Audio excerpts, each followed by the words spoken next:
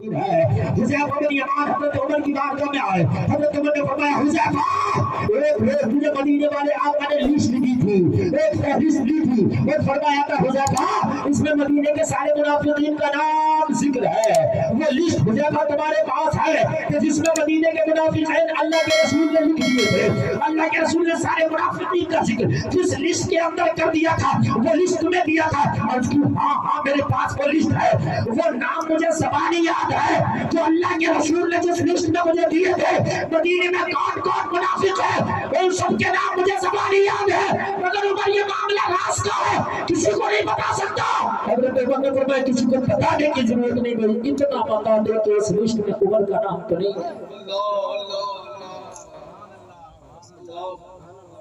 और मुझे ज्यादा बताने की जरूरत है, बस मुझे मेरा बता दे, मेरा नाम तो नहीं है उसमें। तुम किस बात पर भूले पड़े हो? खाली अजमेर में चक्कर लगा दिए, तुम इस बात पर खुश हो?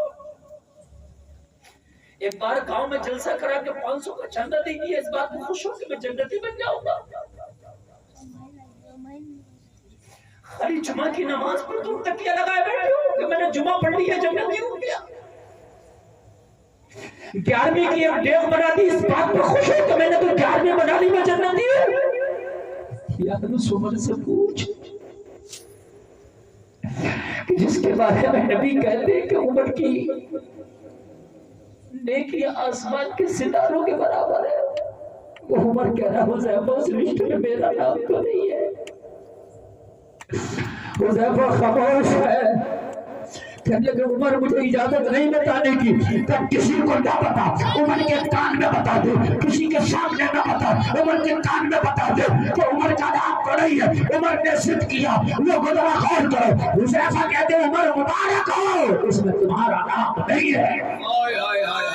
क्या करें, तुमने इतना सुना तो कहने लगे, हुज़ैफा अल्लाह तुझे सलामत रखे हो, अल्लाह तुझे सलामत रखे। अब उमर की रूह भी निकला ना तो उमर को कोई परेशानी नहीं। अब आ जाएगा, उमर तैयार है मौत का इस्तकबाल करने। अब आ उमर दुनिया से मुनाफिक बन के नहीं जा रहा।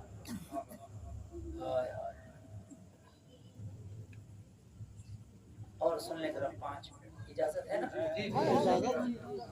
अपने बेटे को बुलाया। हम भी दुनिया से मरते कहते हैं, हाय मेरी औलाद का क्या होगा, मेरे मकान मेरे बिजनेस का क्या होगा। हज़रत उमर ने बेटे को बताया, कहा बेटा उमर के ऊपर 80 दीनार का कर्जा है। कितना? 80। बेटा मेरे बाद में मेरे रिश्तेदारों के पास जाना और उनसे कहना कि उमर का कर्जा चुका दे। कहा अगर अब्बा वो ना चुकाए तो कहा मेरे फला फला दोस्त के पास जाना, उससे कहना कि उमर का कर्जा चुका दे। कहा हुजूर अगर वो भी ना चुकाए तो अब राफ़ज़ियों के मुंह पे उमर ने थप्पड़ मार दिया। आखिरी वक्त उमर का थप्पड़ राफ़ज़ियों के मुंह पर। हज़रत उमर ने फरमाया, मेरे रिश्तेदार मेरा कर्जा ना चुकाए, मेरे दोस्त मेरा कर्जा ना चुकाए तो अली की बारगाह में जाना, कह देना मेरे बाबा का कर्जा चुका दे।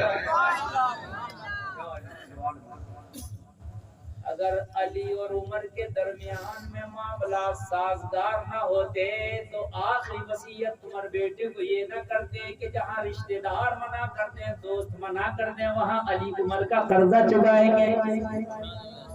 इसका मतलब ये था हालात बहुत अच्छे थे, मामलात बहुत गहरे थे। फिर बेटे ने पलट के ये नहीं कहा कि अली भी ना चुकाए तो किसके पास जाऊं। बेटे को पता था रिश्तेदार मना कर सकते हैं, दोस्त मना कर सकते हैं, लेकिन अली का मामला मेरे बाबा से इतना करीबी है कि हजरत अली की बारगाह में जाऊंगा तो मेरे बाबा का कर्जा अदा हो जाएगा।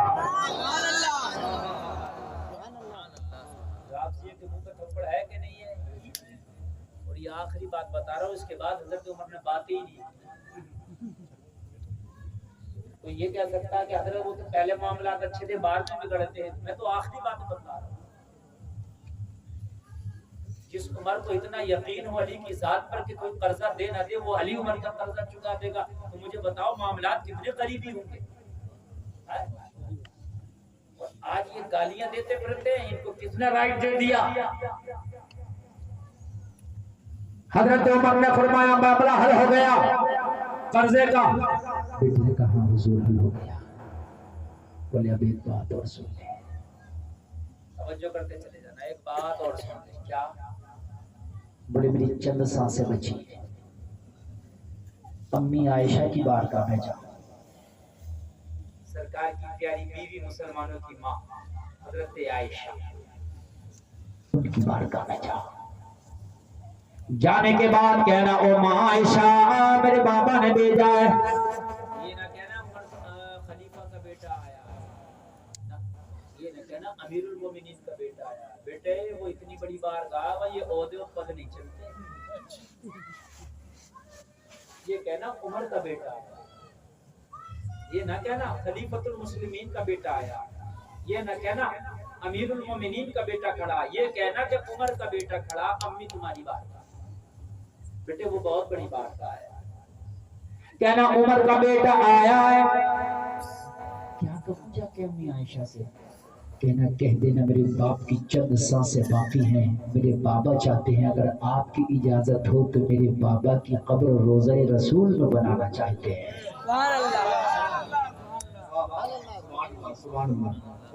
रोज़े रसूल जो गुंबद खजरा आप देखते हैं ना, हरे कलर का, यही रोज़े रसूल है और यही हुजरे आयशा है। सरकार ज़ाहिरी हयात में भी इसी में रहते हैं। तवज्जो है आप लोगों की, मैं बता रहा हूँ, ज़ाहिरी हयात में भी इसी रोजे में रहते थे और जब विसाल हुआ तो कब्र मुबारक भी इसी में बनाई। सरकार की कब्र बन गई और हजरत आयशा भी इसी में रहती, कब्र बनने के बाद भी। तवज्जो फरमा ले, बात समझ ले। रोज़े रसूल में सरकार के पहलू में, सरकार की बगल में, सरकार के पास में है। मेरे बाबा उमर दफन होना चाहते हैं, अम्मी अगर आप इजाजत दे दें तो। कहा अगर अम्मी आयशा इजाजत दे दे बेटा तो रोज़े रसूल में मेरा दफन करना, और अम्मी आयशा इजाजत न दे तो हम मुसलमानों के कब्रिस्तान जन्नतुल बकी में दफन करना। वो जलसा में आने वाले हजरत उमर के बेटे इजाजत ले रहे। अम्मी आयशा ने फरमाया ओ उमर के बेटे, ये जगह तो आयशा ने अपने लिए रखी थी, ये जो कब्र की जगह खाली है आयशा ने अपने लिए रखी थी, लेकिन मांगने वाला उमर है, इसलिए आयशा वो उमर के लिए कुर्बानी दे रही है, अपनी जगह खुशी खुशी उमर के नाम कर रही है। नारे तकबीर, नारे रिसालत, नारे रिसालत, अज़मते सहाबा इकराम। खुशी खुशी में दे रही हूँ, जाओ मैंने उमर को अलर्ट कर। ज़ाहिरी तौर पे तो उमर ने 80 दीनार का कर्जा छोड़ा, मगर अब गुलफाम ये कहता है कि उमर ने पूरी कायनात खरीदी, आखिरी सांस। इन उलमा की मौजूदगी में मैं साबित कर दूंगा कि उमर ने पूरी दुनिया खरीद ली। कोहे नूर हीरे की भी अब औकात नहीं रहेगी। आप कहोगे कैसे है? तो जमीन की भी कीमत होगी, इस जमीन की कीमत और शहर की जमीन की कीमत और मार्केट की जमीन की कीमत और। बात समझ रहे कि नहीं समझ रहे? इन्होंने राशिद रजा साहब ने अपने इदारे के लिए जगह खरीदी है 3 करोड़, कीमती जगह है। 3 करोड़ में 100 बीघा जमीन भी मिल जाएगी, इन्हें कुल 5 बीघा मिली है। जमीन जितनी कीमती होगी भाई, जितनी अच्छी जगह होगी, लोकेशन उतनी कीमती होगी। अरे मेरी बात गलत तो नहीं है ना? कहीं पर 1 बीघा और कहीं पे 1 फीट बराबर होती है, कहीं 1 फीट भी नहीं मिलेगी। 1 बीघा के 1 बीघा सस्ती मिल जाएगी और 1 फीट महंगी मिलेगी। बात है कि नहीं है? मानोगे? उमर ने जो जमीन अपने लिए अलॉट कराई है उसकी कीमत क्या कहने? उलमा फरमाते हैं रोज़े रसूल का वो हिस्सा जहां से जिसमें रसूल टच है वो जन्नत और अर्श आदम से भी ज्यादा आला है। 70,000 फरिश्ते सुबह आते हैं, 70,000 फरिश्ते उस जमीन पे शाम आते हैं। जो फरिश्ता एक बार आ गया दोबारा आने की उसे मोहलत नहीं मिलेगी। और जब जन्नत में लोग जाएंगे तो रोज़े रसूल की वो मिट्टी भी उठानी जाएगी जहाँ पर मेरे रसूल तशरीफ फरमा है। रोज़े रसूल से ज्यादा कीमती कायनात में कोई जगह नहीं, इसलिए उमर को वो जगह क्या मिली? दुनिया की सबसे कीमती दौलत हजरत उमर को मिली।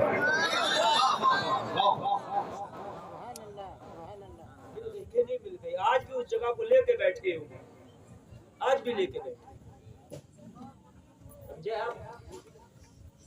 बस आखिरी बात, 2 मिनट।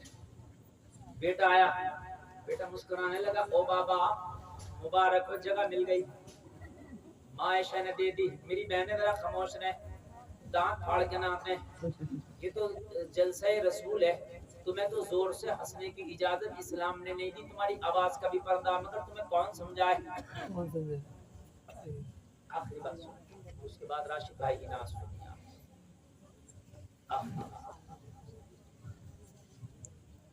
बेटा बाप जगह, आपने कहा एक आखिरी बात और सुन ले। वो आखिरी बात सुन, बिल्कुल जहन तैयार है ना, आखिरी बात सुन। जी जी जी। कह रहे कि बेटा जब मेरा जनाजा तैयार हो जाए, पहले भी पढ़ा, जब मेरा जनाजा तैयार हो जाए,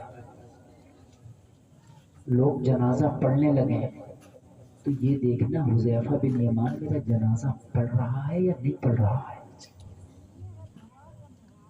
कहा क्यों? कहा बेटा, हुज़ैफा ने कहा मुनाफिकीन की लिस्ट में आपका नाम नहीं हो सकता है, मेरे पद मेरे ओहदे की वजह से हया करते हुए मना कर दिया। कभी ऐसा भी तो होता, प्रेशर भी होता है या हया भी होती है। मेरे ओहदे की हया करते हुए हुज़ैफा ने मना कर दिया हो, लेकिन ऐसा हो कि लिस्ट में नाम हो। अगर लिस्ट में नाम होगा तो हुज़ैफा मेरा जनाजा नहीं पढ़ेगा, नहीं होगा तो जरूर पढ़ेगा। अगर हुज़ैफा मेरा जनाजा ना पढ़े तो मुझे रोज़े रसूल में दफन ना करना, फिर मैं उसके काबिल नहीं हूँ। और अगर हुज़ैफा मेरा जनाजा पढ़ ले तो फिर खुशी खुशी मुझे रोज़े रसूल में दफन कर देना। में आने वालों, हज़रत उमर का जनाजा तैयार, लोगों कफन भी पहना दिया गया, सफ बंदी हो गई। हज़रत उमर के बेटे की निगाहें हुज़ैफा बिन यमान को तलाश कर रही थी। लोगों जनाजे के लिए सफ बंदी हो गई, जनाजा पढ़ाया गया। हज़रत उमर के बेटे ने निगाह उठाई तो क्या देखा? हुज़ैफा बिन यमान हज़रत उमर का जनाजा अगली सफ में खड़े होकर पढ़ रहे हैं। हाय हाय हाय या रसूल अल्लाह, अगली सफ में खड़े होकर जनाजा पढ़ा। बस फिर हजरत उमर का जनाजा ले जाया गया, रोजे रसूल के दरवाजे पर रखा, फिर आवाज लगाई गई, अम्मी आयशा उमर आया। तारीख में आता है हजरत उमर का जब इतना सुना उमर आया है, अम्मी आयशा ने अपने आप को चादर में लपेटा और रोजे रसूल से बाहर निकली, निकलती जा रही थी, कह रही थी मुबारक हो दोस्त से दोस्त का मिलना, मुबारक हो उमर नबी के पहलू में सोना, मुबारक हो उमर नबी के पड़ोस में सोना, मुबारक हो। आज भी उमर उसी रोजे रसूल में सो रहे हैं, आराम कर रहे हैं। मैंने कुरान की आयत पढ़ी थी, दोस्ती करो अल्लाह से, जिसका मफहूम है दोस्ती करो रसूलुल्लाह से, और उसका मफहूम है दोस्ती करो ईमान वालों से। ये दुनिया की दोस्ती मेरे भाई किसी काम की नहीं, ये मोबाइल के पीछे भाग रहे हो, कार